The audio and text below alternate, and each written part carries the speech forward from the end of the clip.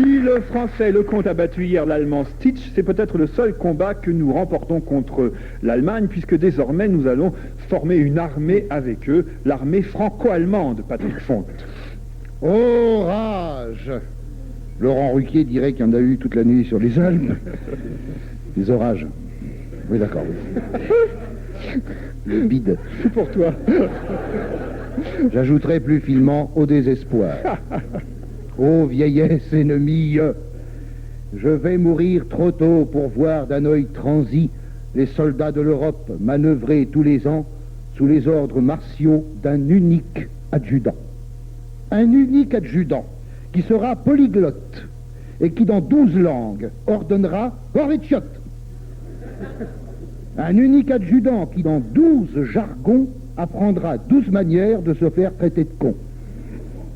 Déjà, l'armée allemande jouxte l'armée française. Enfin, ils vont la chanter juste, la Marseillaise. Et pour peu qu'ils la chantent sur un texte jovial, ça changera des conneries du texte original. Qu'un sang impur abreuve nos sillons. Fini. Comment peut-on encore gueuler ça aujourd'hui? J'entends des voix qui disent « Faut pas toucher à ça, je touche à ce que je veux !» quitte à me salir les doigts. Non, je ne verrai pas l'armée européenne équipée par les industries américaines avec un George Bush qui désignera seul les noms de ceux à qui l'on doit casser la gueule.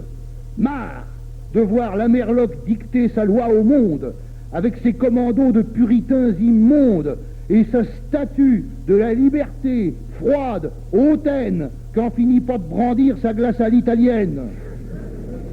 Non, je ne verrai pas l'armée du bloc des 12, bénie par le pontife Jean-Paul 92, qui au balcon de Rome, grisé par les bravos, viendra nous expliquer que la guerre est un fléau. Je ne verrai pas non plus les nouveaux de Courtrai expliquer en allemand, en rital, en anglais, que la masturbation nous chasse du paradis parce qu'on n'a plus qu'une main pour tenir le fusil.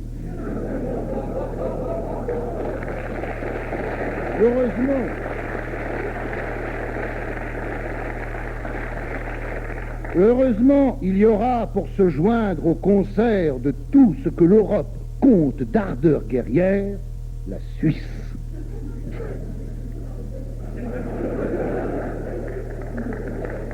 Dont le soldat peaufine avec entrain, bien au chaud dans son tank, l'art du chant tyrolien.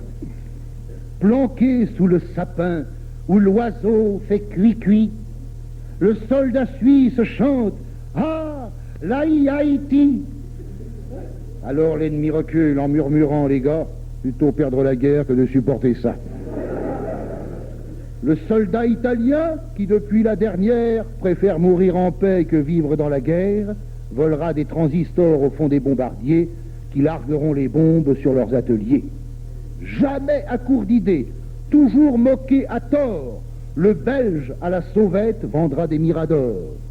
Et nous verrons mourir nos armées en délire, non d'un éclat d'obus, mais d'un éclat de rire.